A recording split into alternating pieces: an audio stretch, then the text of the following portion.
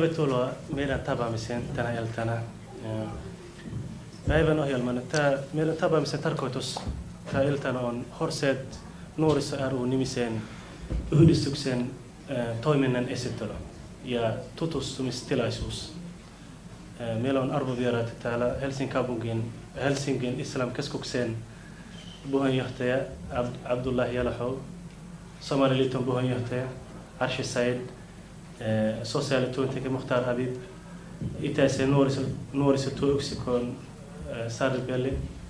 Pitämättä puhetta annan Horseet Nuoriso ry:n puheenjohtajalle Osman Muhammad, joka kertoo meidän yhdistyksen toiminnasta ja esittelee. Tervetuloa. Kiitoksia paljon. Eli mun nimi on tosiaan Osman Muhammad ja toivotan kaikkia tervetulleeksi tähän tilaisuuteen minunkin puolesta. Toimin tällä hetkellä Horseet Nuoriso ry:n puheenjohtajana ja tarkoituksena olisi, että mä esittelisin teille yhdistyksen toimintaa, tavoitteita, tulevaisuutta. Eli semmoinen nopea, mutta ytimekäs pintaraapasu, että mikä Horseet on ja mitä se tekee. Eli tämä perustettiin, tai parempi sana tuohon olisi, että muodostettiin 2012, vuonna 2012 syyskuussa muodostettiin tämä yhdistys. Ja ennen sitäkin oli semmoista pientä toimintaa, mutta se ei ollut semmoista niin organisoitua kautta semmoista säännöllistä toimintaa, vaan se oli semmoista, että nähdään kerran parissa kuukaudessa tällaisessa, mutta sitten se alkoi olemaan säännöllistä ja organisoitua toimintaa vasta tuolla syyskuussa 2012. Ja sen perustivat aktiiviset nuoret, jotka kokivat sen, että heillä ei ollut mitään tekemistä niin vapaa-ajalla tai heillä oli tekemisen puutetta. Niin he miettivät sillä tavalla, että millä tavalla he voisivat tehdä toimintaa, mikä olisi heille hyödyllistä ja muille nuorillekin hyödyllistä. Ja toiminta alkoi, niin kuin sanoin alussa, niin se alkoi toimintaryhmänä. Ja toimintaryhmän päätavoitteena oli nuorten aktivoiminen, vahvistaminen ja edistäminen. Ja sitten niin tarkoituksena olisi järjestää niin kuin vapaaehtoista toimintaa, mikä olisi samalla mielekästä ja hyödyllistä että viihdyttävää kaikille nuorille. Sitten niin se virallisesti rekisteröitiin 23.4.2013. Joo. Eli tuossa on tavoitteista, mä kerron teille vähän sen, niin siinä oli aika paljon tavoitteita, mutta mä oon tuohon listannut joitakin tavoitteita, mitkä tuolla yhdistyksellä on. Niin yhdistyksen tavoitteisiin kuuluu esimerkiksi, että aktivoida nuoria sillä tavalla, että he ovat kykeneväisiä ajattelemaan itsenäisesti, tekemään järkeviä päätöksiä, mitkä olisi hyödyllisiä sekä itselleen että yhteiskunnalle. Ja tarjota nuorille toimintaa, viihdettä ja opastusta. Ja noista kolmesta lauseesta ne tärkein olisi tarjota nuorille viihdettä ja sitten siihen sisällyttää siihen viihteeseen suoranaisesti tai epäsuoranaisesti sitten opastusta heille ja antaa tietoa sitten, miten ne voisi esimerkiksi kouluttautua, miten ne voisi hakea töitä, mutta ennen kaikkea se tärkein asia, että heillä olisi hauskaa yhdessä. Niin se lähti siitä ideasta. Ja sitten meitä takaisin vielä yksi. Tässä on vaan ongelma, että me tuolta joudutaan ohjaa sitä, kun mulla ei konetta ei saanut tähän. Niin. Joo, tää oli hyvä. Ja sitten tuossa on kolmantena, että vahvistaa heidän välisiä siteitä sillä tavalla, että muodostaa terveitä kaverisuhteita kaikkien välille. Opettaa nuoria arvostamaan erilaisuutta, kun kaikki ihmiset on erilaisia. Opettaa tai vahvistaa heidän välisiä yhteistyösiteitä, nuorten varsinkin. Niin se oli yksi päätavoitteista. Sitten voi jatkaa. Sitten tässä on vähän lisää tavoitteista. Eli edistää nuorten mahdollisuuksia menestyä suomalaisessa yhteiskunnassa.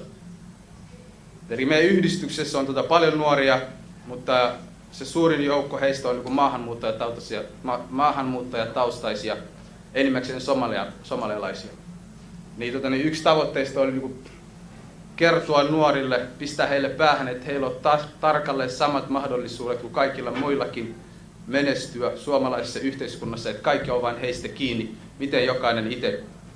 mihin jokainen itse asettaa itsensä.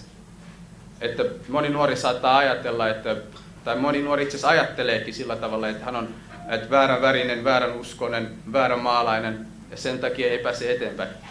Mutta yhdistyksen tarkoituksena oli, yksi päätavoitteista oli, että kitkeä tämä ajatus pois heidän ajatusmaailmasta ja kertoa heille, että heillä on tismalla ihan samat mahdollisuudet suomalaisen yhteiskunnan menestyä, kouluttautua tosi pitkälle, päästä päättämään, jos haluavat niin kuin perustaa firmoja, yhdistyksiä sillä tavalla.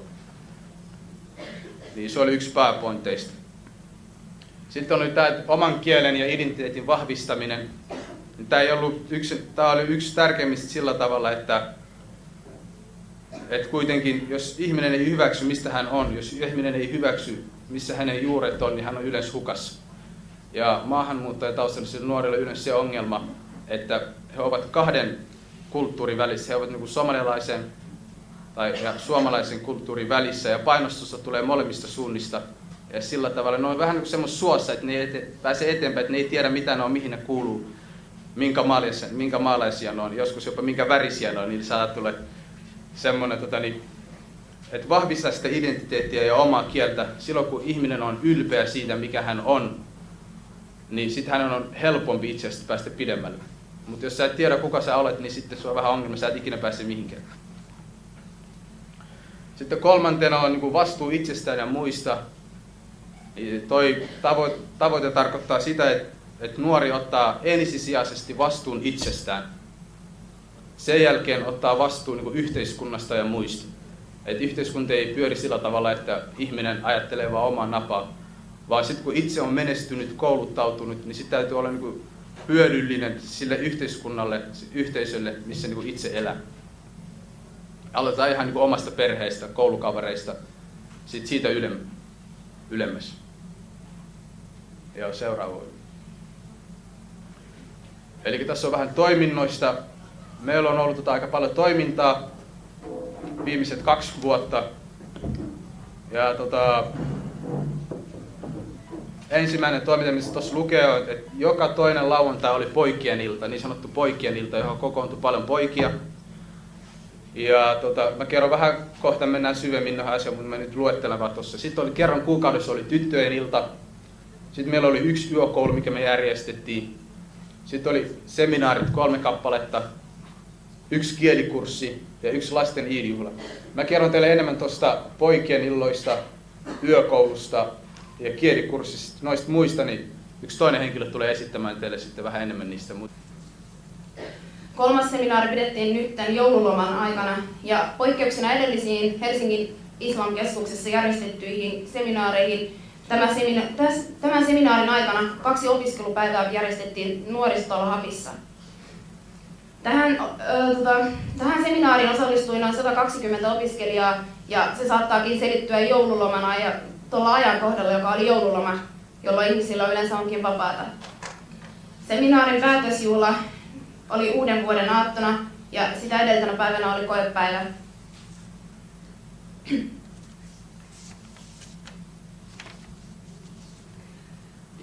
Uutena tässä seminaarissa olivat oppituntien ohella pidetyt englanninkieliset luennot, jotka käsittelivät muun muassa opiskeluelämää sekä oman identiteetin löytämistä. Näiden seminaarien tarkoituksena on ollut vapaa-ajan hyödyntäminen esimerkiksi lomilla, jolloin näitä onkin järjestetty. Nyt pääsenkin tuohon tyttöjen iltoihin, jos saadaan oikein dia päälle.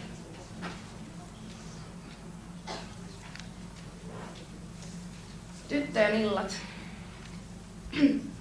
Tyttöjen iltojen toiminta alkoi viime vuoden helmikuussa ja idea lähti liikkeelle meidän nuorten tyttöjen tarpeista ja toiveista. Iltojen ideana oli puhua yhdessä arjen ongelmista ja saada oma äidinkielemme vahvistettua, sillä suomen kieli on hyvin yleinen arjessamme. Tytöt tarttuivatkin tuumasta toimeen ja tapahtuma onkin nyt järjestetty jonkin ajan. Nuorena vähemmistöä edustavana muslimityttönä eläminen saattaa olla erittäin haasteellista näinkin länsimaalaisessa maassa, ja joskus oman identiteetin löytäminen osoittautuu hyvinkin hankalaksi. Näin ollen tyttöjen iltojen tavoitteena on ollut samanikäisten, yhtä lailla vähemmistöä edustavien nuorten tyttöjen tapaaminen, jolloin tytöt voivat keskenään jakaa ajatuksiaan ja kokemuksiaan kahdessa kulttuurissa kasvamisesta. Tapahtumien onnistuminen edellytti tapahtumapaikan löytämistä. Mieluisan tapaamispaikan löytäminen olikin ensimmäinen tavoite, josta lähdettiin liikkeelle. Tavoiteltavana ikäluokkana olivat 15-25-vuotiaat. Arjen haasteiden esille tuominen ja niistä avoimesti puhuminen, niille ratkaisujen etsiminen, ennen kuin niistä syntyy suurempia ongelmia, on ollut suurena toimintaperiaatteena ja tavoitteena. Olemmekin aina tähän mennessä keskustelleet meitä painavista asioista ja yrittäneet jakaa keskenämme ajatuksiamme ja mielipiteitämme. Olemme nyt nähneet joka kuukauden viimeisenä torstai-päivänä, ellei ole ollut näitä seminaareja, jotka on tullut väliin. Silloin ei ole sinä viikkona pystytty näkemään tai mitään muuta. Mutta jos kaikki valtias suo, niin eivät nämä tapaamiset tähän lopu, sillä lisää on luvassa. Viime vuoden ohjelmaamme on kuulunut muun muassa leppoisaa ja viihtyisää yhdessäoloa. Tapahtumissa suurta roolia ovat ajanneet myös meille pidetyt lyhyet luennot, mutta erittäin hyödylliset, ja joihin emme ole koskaan tähän mennessä joutuneet pettymään. Tapaamisen ja toiminnan suunnittelusta vastaavat joka kerta uudet vapaaehtoiset vetäjät. Näin jokainen osallistuja saa nähdä oman kädenjälkeensä tapahtumien toteutuksissa. Ruokahan on jotain, mikä yhdistää meidät kaikki, täyttää nälkäiset vatsat ja lämmittää jokaisen sydämen. Sitäkään eivät ole tytöt unohtaneet, vaan aina on ollut jotain pientä purtavaa erilaisesti tarjolla. Osallistujan määrät ovatkin aina vaihdelleet ja osallistujia onkin ollut noin 100-200 riippuen aina viikosta. بمعنى قفك وحا وجعليه وحورا نفقية مال هذي دب إذن كيا إنا مجتمعات كنا أنفعنا أظهر مرسو كردسان وقت جينا تهوري لهيدين حولينا تهوري لهيدين عقل جينا تهوري لهيدين علم جينا قوتنا تهوري لهيدين إنها سؤال بوا محي وتهوري لهيدين حلقة الله إنه قفكو استراهدو ورأمي لا فشلا أمي وحبل السوكر دواني ما كان هذا الأرض هاي هرساد للليل وحامي صاحب السوكدين hadhowti marka waxaa laga yaabaa markay cirka ay marto inuu nin walba yidhaha leylay hadda aan inaan lug ku darsado walidaalika weligeed macruuf waaye dadka horumarka wado bidaayadu dad yar waay qof walba gadaal buu isku reebaya wuxuu leeyahay meeshani wax badan oo ka soo socda mala laakiin wixii markii cagaheeda isku taagto cirku ay marto wanaag oo dhan uu yimaado markaasuu qof walba wuxuu tamaninayaa inuu wax ku darsado walidaalika sida saxdana waa maxay bidaayada horeba qof ilaahay caqli ku siiyey baa tahay inaad fiiriso waxa soconaya waxa soconaya waxa wanaaga ka shaqeynaya iyo waxa aan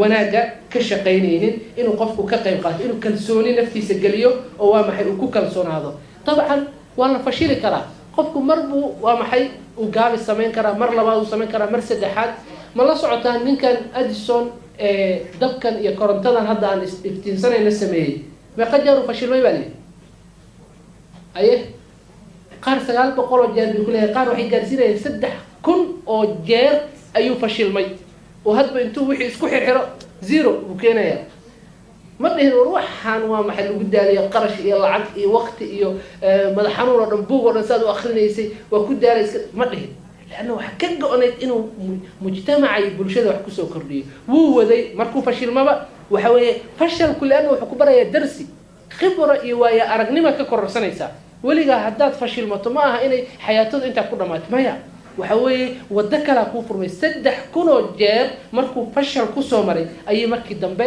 u hagaagtay oo korontada nalkii caalamka uu iftiimiyay walidaalka waxaan ku soo khatimaya waqtiga waxaad moodaa inuu dhow yahay ihris ala ma yanfa'uka wasta'in billahi wala ta'jaz waa maxay in sida nabiga uu sheegay calayhi salaatu wasalaam ku dadaal waxa ku anfacaya ihris على ما ينفعه وحكو أنفعي كدلال وحكو أنفعي الدنيا آخرة كدلال واستعن بالله ألنا وامحي كلمة ويديسو ألنا كلمة ويديسو هنا عاجس قفك مسلم كعاجس لقما يقانو وحس لقما يقانو قابس لقما يقانو مر والبا روح أرديو أو ماشا هرمارك كشقين يبيها Horseet nuoriso ensimmäinen kerta kun ne tuli tämän hyvän idean kanssa Helsinki Islam-keskukseen. Me olemme niin katsoneet ja se oli niin loistava ja todella hyvä ohjelma. Ja ainakin Horseet on semmoiset nuoret, jotka itse päättävät. Kaikki hallitukset on nuoret, kaikki toiminnanjohtajat on nuoret. Kaikki, siis ne itse suunnittelevat, itse järjestävät, se oli niin mukava. Ja Helsinki Islam-keskus oli auttanut vaan niille paikka. Eli ne ovat pyytäneet vaan meille semmoinen, että ne haluavat kokoontumispaikan. Eli pojille joka toinen lauantai ja tytöille varmaan kuukausin viimeisenä päivänä torstaina. Ja mä sanon Horsen nuorisolle, että onnea ja toivon, että tulevaisuudestakin ne pääsee ihan niin kuin, heidän tavoitteistaan. Miten esimerkiksi somalitaustaiset nuoret ovat koulumaailmassa pärjänneet? Ja kuten tässä aiemminkin on mainittu, Suomessa olevat somalialaiset ovat kärkisijalla. Varsinkin tytöt siis matemaattisissa aineissa, historiassa, kieliaineissa. Mä en tiedä itse, mistä se johtuu, mutta tietysti ei voi yleistää eikä voi sanoa, että kaikki pojat ovat sille huonosti pärjänneitä koulussa, mutta kuitenkin jostain syystä se varmaan johtuu siitä, että ne ei vaan jaksaa tehdä duunia.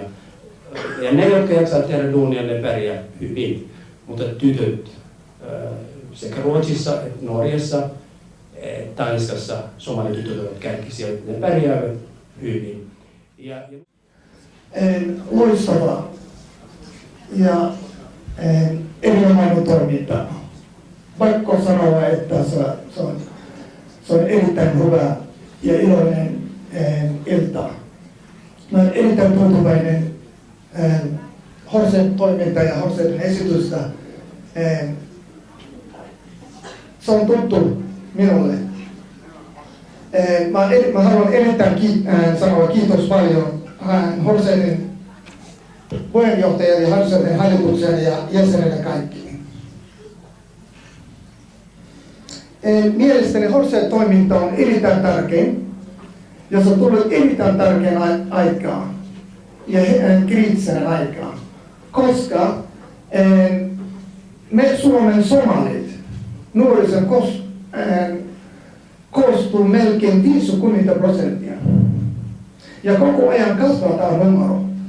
Jos on pakko saada jonkun toiminta, joku järjestö, joka hoitaa tämän nuorison äitiä. Mielestäni tämä on erittäin tärkein, kun me puhutaan, että me haluamme sellainen nuorisotoiminta. Ja kuka omistaa näistä toimintaa? Ei kukaan muu. Itse asiassa itse toiminta on keksinyt ja hoitaja on itse nuoriso. Suomen Somaliliiton puheenjohtajana mä haluan antaa teille mahdollisuuksia ja yhteistyötä. Kiitoksia. Hei, mun nimeni on Sari Pelli ja mä olen nuoriso-ohjaaja, mutta olen tällä hetkellä tässä toiminnanjohtajana tässä itäisessä nuorisotyöyksikössä. Eli juuri tässä paikassa on mun toimistoni, missä tekin nyt istutte. Oli aivan mahtavaa kuulla tämän teidän järjestön toiminnasta. Horseet kuulostaa aivan valtaupealta. Nämä teidän poikien illat ja tyttöjen illat, teidän toiminta kuulostaa just siltä, mitä me toivotaankin, että nuoret saa elämäänsä. Teillä on luentoja, teillä on iloista toimintaa, teillä on lepposaa meininkiä, ruoanlaittoa. Mitä muuta me tarvitaan? Se on juuri sitä, mitä mekin halutaan nuorisotoimessa tarjota meidän nuorille. Me täällä nuorisotaloilla, me ollaan lasten ja nuorten elämän asiantuntijoita, nuoriso-ohjaajia, mutta ei me tunneta kaikkia nuoria, ei me tunneta kaikkia kulttuureja. Sen takia on aivan valtavan hienoa, että me voidaan tehdä yhteistyötä. Ja tätä me edelleenkin toivotaan. Edelleen toivomme, että yhteistyö voisi olla meidän välillä ja teidän välillä hienoa ja upeata ja yhä enemmän vaan lisättäisiin sitä yhteistyötä, että me saataisiin oppia teiltä sitä, mitä te tarvitsette ja mitä te haluatte, että me voidaan myös kaupungin nuorisotoimen puolesta tarjota sellaisia toimintamuotoja, mitkä teitä kiinnostaisi.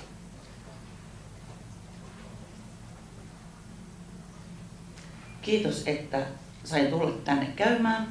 Ja ihan mahtavia sambuusoja oli. Kiitos niille äideille, jotka ovat niitä tehneet. Kiitoksia. Tuli sillä tavalla väärä termi, ettei mikään loppupuheenvuoro, vaan mä haluan kiittää teitä kaikkia tästä läsnäolosta ja haluan kiittää erityisesti vieraita, osallistujia ja nuoria sekä pojat että tytöt. Kiitoksia tästä tilaisuudesta ja hyvää illanjatkoa teille kaikille.